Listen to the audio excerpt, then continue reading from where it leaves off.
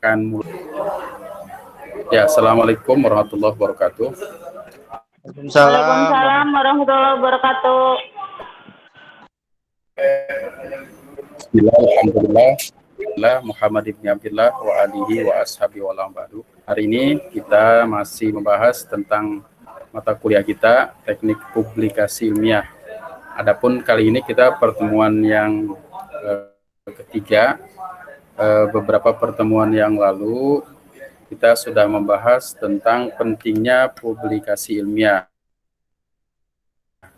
Salah satu poin terpenting adalah bahwa tujuan dari publikasi ilmiah itu adalah untuk menyebar pengetahuan, di mana pengetahuan itu bisa diakses ke semua orang melalui jurnal yang sudah diatur sedemikian rupa oleh pemerintah. Nah, pada hari ini sesuai dengan silabus ya yang kita sudah berikan di kelas, bahwa dalam pertemuan kali ini kita sudah dibagi tugas ini ya, sudah ada yang mengisi tugas ini. Kemudian tugas sekarang pertemuan adalah tentang mencari artikel dalam penulisan. Ya, atau kalau kita lihat di di RPS rencana pembelajaran semester itu, maka tugas yang hari ini adalah temanya tentang mencari dan mendapat petunjuk penulisan artikel ilmiah nasional dan internasional. Jadi judulnya luar biasa ya, mencari petunjuk dalam penulisan karya ilmiah. Nah, saya tanya di sini sudah ada yang ini belum? Sudah ada yang siap belum untuk presentasi itu? Untuk presentasi tentang mencari petunjuk penulisan. Di dalam kelas itu saya sertakan publikasi atau penulisan ilmiah yang sudah dibuat oleh Kemendikbud, ya, itu udah revisi yang awalnya 2017 2019. Itu dicari ya, bisa dibahas di situ terkait dengan bahasan bahasa ini. Oke, kalau memang tidak ada, saya sambil menunggu, saya ingin mencoba menyampaikan tentang tema itu ya, tema tentang mencari petunjuk dalam publikasi ilmiah.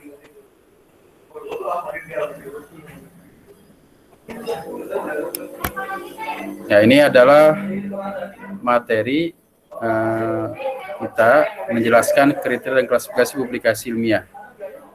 Ini hampir sama dengan tema itu. Kita mencoba membahas ini ya, tentang menjelaskan kriteria dan klasifikasi publikasi di jurnal ilmiah. Jadi jurnal ilmiah itu adalah jurnal yang memuat tulisan-tulisan yang ilmiah, bukan tulisan-tulisan fiksi. Nah, salah satu kriteria dari ilmiah itu adalah rasional dan empiris dan sistematis. Rasional itu adalah masuk akal, jadi berbasis pada pemahaman-pemahaman yang dapat dipahami oleh indera dan akal. Kemudian empiris itu juga berdasarkan pengalaman-pengalaman. Sistematis artinya mengikuti pola-pola tertentu.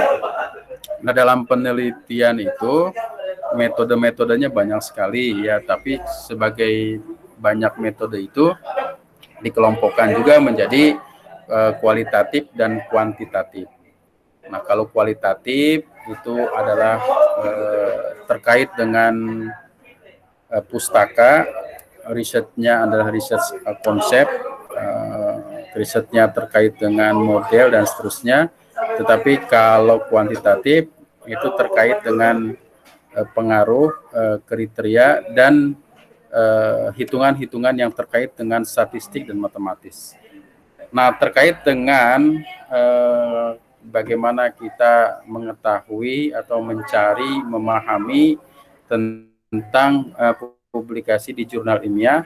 Nah, kita harus pahami dulu bahwa dalam peraturan yang berlaku terkait dengan publikasi jurnal ilmiah itu dapat dibagi menjadi 4 kelas. Ya, jurnal ilmiah itu kalau kita ingin mempublikasikan penelitian kita di sebuah jurnal, maka jurnal itu paling tidak dibagi menjadi 4 kelas. Ya, yang pertama adalah jurnal nasional, yang kedua jurnal nasional terakreditasi, jurnal internasional, dan jurnal internasional bereputasi. Nah, jurnal-jurnal ini tidak begitu saja terbit ya, tetapi ada proses-proses tertentu yang dilakukan sehingga jurnal itu menjadi jurnal yang baik, kemudian jurnal yang terakreditasi, kemudian juga yang paling tinggi adalah jurnal internasional yang bereputasi. Nah, terkait dengan jurnal nasional, maka kriteria dari sebuah jurnal nasional itu adalah bahwa jurnal itu terbit berkala, ya, memenuhi kriteria-kriteria. Jadi jurnal itu terbit berkala. Jadi kalau jurnal itu sudah menerbitkan selama 2 tahun itu berarti 4 terbitan tidak terputus, maka jurnal itu juga berhak mengajukan untuk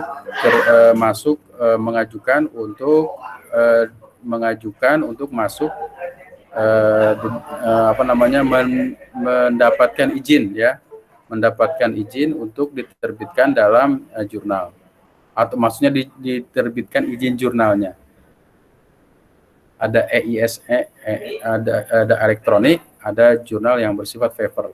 Nah, selanjutnya terkait dengan hal tersebut, nah, salah satu jurnal yang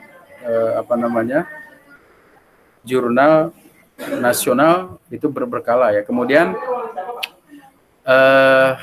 jurnal ilmiah yang sudah terbit itu diterbitkan dengan aturan-aturan tertentu. Artinya menulis di jurnal itu memiliki kaidah-kaidah ilmiah dan etika keilmuan sesuai dengan bidang dan ilmunya masing-masing. Nah, kemudian jurnal tersebut kalau sudah terbit ada izinnya, ya. Kemudian memiliki terbit versi daring, jadi ada jurnal bersifat online, namanya online jurnal sistem, artinya jurnal memiliki halaman di website dan bisa diakses oleh semua orang. Bisa login, kemudian bisa mengirim artikel, dan juga ada template-templatenya. Nah, saya juga ingin memperlihatkan misalkan jurnal-jurnal yang terkait dengan OJS. Kita bisa lihat misalkan katakanlah kita dalam aplikasi Mandala ini, kita lihat jurnal berasa ini, ya. Kita lihat jurnalnya. Apakah ini mungkin salah satu jurnal yang ada jurnal UNY, Universitas Negeri Yogyakarta. Kita lihat misalkan jurnalnya. Nah, tulisan-tulisan yang kita masukkan, nah, ini adalah jurnal pendidikan anak. Nah, ini adalah tampilan-tampilan OJS, ya, online journal system. Dimana kalau kita ingin menulis di artikel ini, yang pertama harus kita lakukan adalah ada tampilan seperti login, register, ya, register kalau kita mau jadi anggota. Kemudian kita juga melihat ini template, ya, ada template gaya penulisan di artikel ini, kemudian ada etika publikasi, publication ethic, ya, ada reviewnya, ya, ada cara orang yang mereviewnya siapa, ini ada peer review oleh orang-orang tertentu yang nanti mereview makalah kita kalau kita kirim ke sini dan segala macamnya, ya. Ini nanti akan kita pelajari di lain kesempatan. Nah, kemudian terkait dengan apa tadi materi yang ini, yaitu bahwa dikelola secara profesional. Jadi daring ya, jadi daring, kemudian diterbitkan secara profesional. Itu artinya sesuai dengan aturan-aturan ketepatan, keberkalaan, ketersediaan petunjuk. Profesional itu ya profesional dalam penerbitan jurnal. Ketepatan itu artinya konsisten. Misalkan dalam 1 tahun terbitnya bulan Februari atau Januari dan Desember misalkan, itu konsisten terbitnya seperti itu.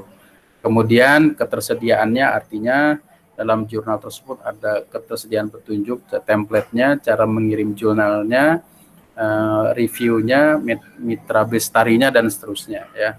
Kemudian adalah ada penulisan, editasi dan lain-lain. Kemudian menampung, jurnal nasional menampung, mengkomunikasikan hasil-hasil penelitian ilmiah, konsep ilmiah dalam disiplin ilmu tertentu. Jadi kalau disiplin ilmu pendidikan seperti tadi, jurnal untuk pendidikan anak, ada lagi jurnal untuk pendidikan orang dewasa, ada lagi jurnal untuk pendidikan Islam, ada lagi jurnal tentang kebudayaan, macam-macam ya, bahasa dan selain segala macamnya. Kemudian juga adalah jurnal itu juga ditujukan kepada masyarakat ilmiah peneliti yang memiliki keilmuan yang relevan. Jadi kalau bidang garapan kita adalah pendidikan agama Islam, maka kita harus mengirimkan artikel di rumpun jurnal pendidikan agama Islam. Jangan kita mengirimkan jurnal di pendidikan anak usia dini misalkan. Itu akan berbeda disiplinnya, ilmunya. Jadi ditujukan kepada masyarakat ilmiah, kemudian atau peneliti yang memiliki disiplin ilmu-ilmu yang relevan. Kemudian biasanya jurnal itu diterbitkan oleh penerbit ya, atau penerbit itu artinya badan ilmiah, organisasi profesi, atau perguruan tinggi dengan unit-unitnya. Kemudian juga bahasa yang digunakan itu bahasa Indonesia atau bahasa Inggris, ataupun dengan abstrak dalam bahasa Indonesia. Nah, kemudian karya ilmiah itu adalah memuat ilmiah yang dari penulis. Kalau karya ilmiah itu antar perguruan tinggi ya, misalkan perguruan tinggi A dengan perguruan tinggi B, maka ketika menulis di artikel di perguruan tinggi A, paling tidak ada dosen dari perguruan tinggi B yang menulis di perguruan tinggi A. Ketika perguruan tinggi B menerbitkan, demikian juga sebaliknya ya. Jadi ada juga perguruan tinggi A yang menulis di artikel di perguruan tinggi B dan seterusnya. Jadi sifatnya biasanya adalah 50-50, artinya setengah 50% dari institusinya dan 50% dari yang lainnya. Kemudian ada dewan ada editornya, ada dewan redaksinya, ada pengelolanya, autornya, dan seterusnya. Nah, kemudian yang kedua ada jurnal nasional terakreditasi. Jurnal nasional terakreditasi itu hampir sama syaratnya tadi dengan jurnal yang sudah disebutkan awal. Terbitnya berkala, kemudian memenuhi kriteria sebagaimana jurnal nasional, kemudian mendapat status terakreditasi. Nah, ini status akreditasi di perguruan tinggi itu nanti ada kriteria lagi. Ada Sinta 5, 4, 3, 2, 1, dan semakin nilainya rendah itu semakin baik. Artinya Sinta 1 lebih bagus daripada Sinta 2 dan seterusnya. Semakin tinggi levelnya, maka biasanya penulisannya pun akan semakin sulit ya, karena harus cek macam-macam. Ya, ada cek plagiarisme dan seterusnya. Nah, ada lagi jurnal internasional ya. Jurnal internasional itu adalah terbitan berkala ilmiah dengan kriteria pertama ilmiah, diterbitkan dengan memenuhi kaidah ilmiah dan etika keilmuan. Kedua, memiliki SSN, ditulis dengan menggunakan bahasa resmi PBB. Jadi kalau jurnal internasional dari bahasa Indonesia belum ada, bahasa Indonesia boleh saja mengirimkan di jurnal internasional, namun bahasanya harus masuk minimal ke dalam bahasa PBB, yaitu bahasa Inggris, Perancis, Arab, Rusia, dan Tiongkok ya. Kemudian memiliki terbitan daring. Daring itu artinya online. Kemudian ada dewan editornya. Dewan editor pun terdiri dari 4 negara ya, sedikitnya berasal dari 4 negara. Nah, kalau artikel ilmiah diberikan dalam satu terbitan ditulis oleh penulis dari berbagai negara, memuat karya ilmiah dari penulis yang berasal dari berbagai negara. Itulah kalau yang terkait dengan jurnal internasional. Dan kalau saudara bisa mampu menulis di jurnal internasional, itu semakin hebat ya, berarti hukumnya semakin hebat. Nah, itulah kira-kira kita memilih. Nah, sekarang kita tidak harus memilih di jurnal internasional, kita fokus saja ya di jurnal yang ada di kita ya. Bagaimana cara menulisnya di jurnal yang sudah dikelola oleh oleh jurnal-jurnal yang ada di Indonesia ini. Nanti saudara silahkan dari sekarang untuk mencari template ya terkait dengan bagaimana cara kita untuk menulis di jurnal-jurnal yang terkait dengan jurnal ilmiah itu ya. Jadi nanti di akhir saudara memang ada mencoba dan syukur-syukur diterima, ada submitnya sebagai tanda bukti diterima dalam menulis penelitian saudara di jurnal tersebut. Nah, kalau sudah masuk ke dalam jurnal tersebut, itu berarti dianggap sudah bagus. Nah, dari pengalaman yang lalu itu ada beberapa teman yang masuk ya, ada yang masuk di jurnal-jurnal yang sesuai dengan harapan mereka. Misalkan kita katakanlah ya ingin menulis di sebuah jurnal, maka kita harus mencari terkait dengan penelitian. Katakanlah penelitian kita adalah tentang jurnal pendidikan Islam. Kita cari saja ya, kita cari jurnal pendidikan Islam. Misalkan kita cari di sini ya tentang jurnal pendidikan Islam. Nah, jurnal pendidikan Islam. Nah, di sini ada JPI, ada jurnal pendidikan kita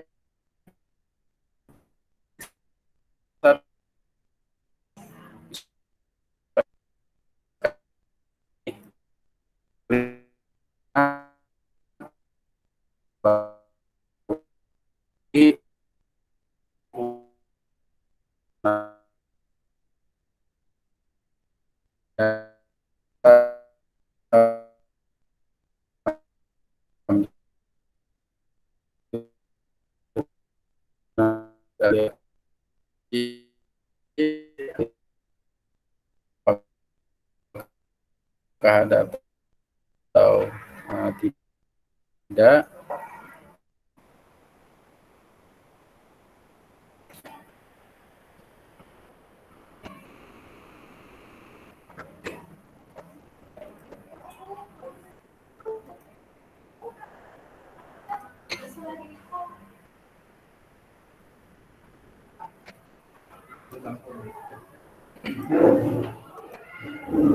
Nah, ini mulai terbuka halamannya terkait dengan ini jurnal Tarbawi ya.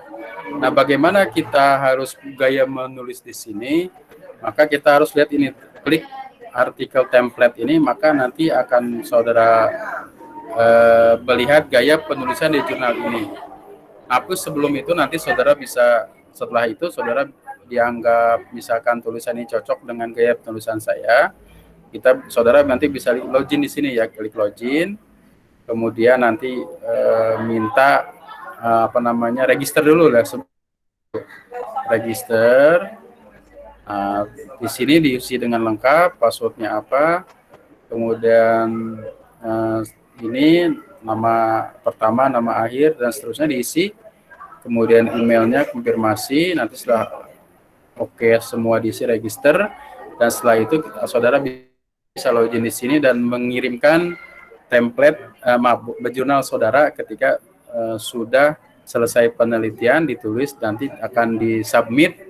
Kalau memang dijawabnya sudah diterima, maka akan diterbitkan. Nanti saudara akan diberi waktu untuk kapan diterbitkannya, sehingga nanti saudara bisa lihat. Nah, seperti itulah ya, kalau kita ingin mengirimkan artikel-artikel kita di jurnal ilmiah. Nah, oke, sampai sini kira-kira ada yang ditanyakan? Silahkan, boleh ditanyakan. Kalau tidak ada, dicukupkan dulu, tapi saudara jangan lupa untuk mengisi daftar hadir ya. Pertemuan keempat, kalau memungkinkan itu memang harusnya kita ketemu di kampus kayaknya, karena materi-materi ini kalaupun disampaikan seperti ini kurang baik juga, karena saudara harus praktek ya, harus praktek bagaimana login, bagaimana dapat menyelesaikan tugas di penulisan ilmiah ini. Terima kasih. Jika ada hal-hal yang ditanyakan silakan. Ada tidak? Suara saya terdengar tidak? Dengar, Pak. Suara saya bisa Dengeran, Pak. Ya, kalau jelas. Minggu depan jadi pertemuan di kampus ya, Pak? Gimana? Minggu depan jadi pertemuan di kampus. Ya, saya izin dulu juga nanti kalau dibolehkan ya kita ketemu di kampus. Masalahnya ini saudara harus publikasi ilmiah, saudara harus tahu bagaimana cara mengirimkan artikel di di jurnal ilmiah. Tetapi sebelum mengirimkan artikel, sebenarnya saudara juga harus mampu menulis artikel ilmiah. Penulisan saudara itu dalam sebuah penelitian skripsi misalkan diubah menjadi artikel, itu juga perlu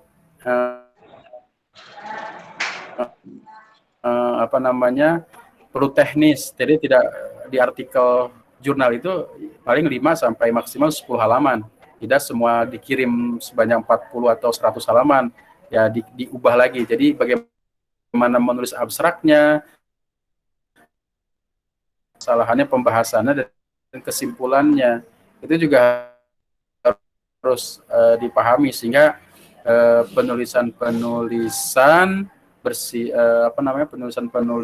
di jurnal itu singkat, padat gitu ya, tapi tidak mengurangi maknanya gitu. Makanya sebenarnya ini harus ketemu. Jadi saudara juga harus cara registrasi di jurnal bagaimana, cara mencari jurnal terindeksnya bagaimana, karena tadi saya sebutkan lagi, jurnal itu juga ada klasifikasinya. Jangan sampai saudara menulis, tulisan saudara bagus, tapi tulisannya di jurnal tidak terakreditasi misalkan, maka tulisan saudara itu walaupun bagus menjadi tidak bagus akhirnya. Kenapa? Karena reputasi dari jurnal yang diterbitkan itu. Jadi kalau bisa kita cara memilih jurnal, kalau bisa terindeks Sinta ya, ada Sinta 1, 2, 3, 4, 5. Nah, kalau 5 itu ya semakin tinggi, misalkan Sinta 1 paling utama ya. Kalau saudara sudah bisa menulis di jurnal terindeks Sinta 5 saja, itu untuk ukuran saudara sudah hebat ya. Oke, ada lagi mungkin ada pertanyaan. Jadi kalau terkait dengan kita pertemuan di kelas, nanti mungkin saya koordinasi dulu ya. Koordinasi dulu. Mungkin ada lagi? Cukup, Pak. Cukup, Pak. Dan kalau tidak ada, cukupkan dulu. Terima kasih. Mohon maaf.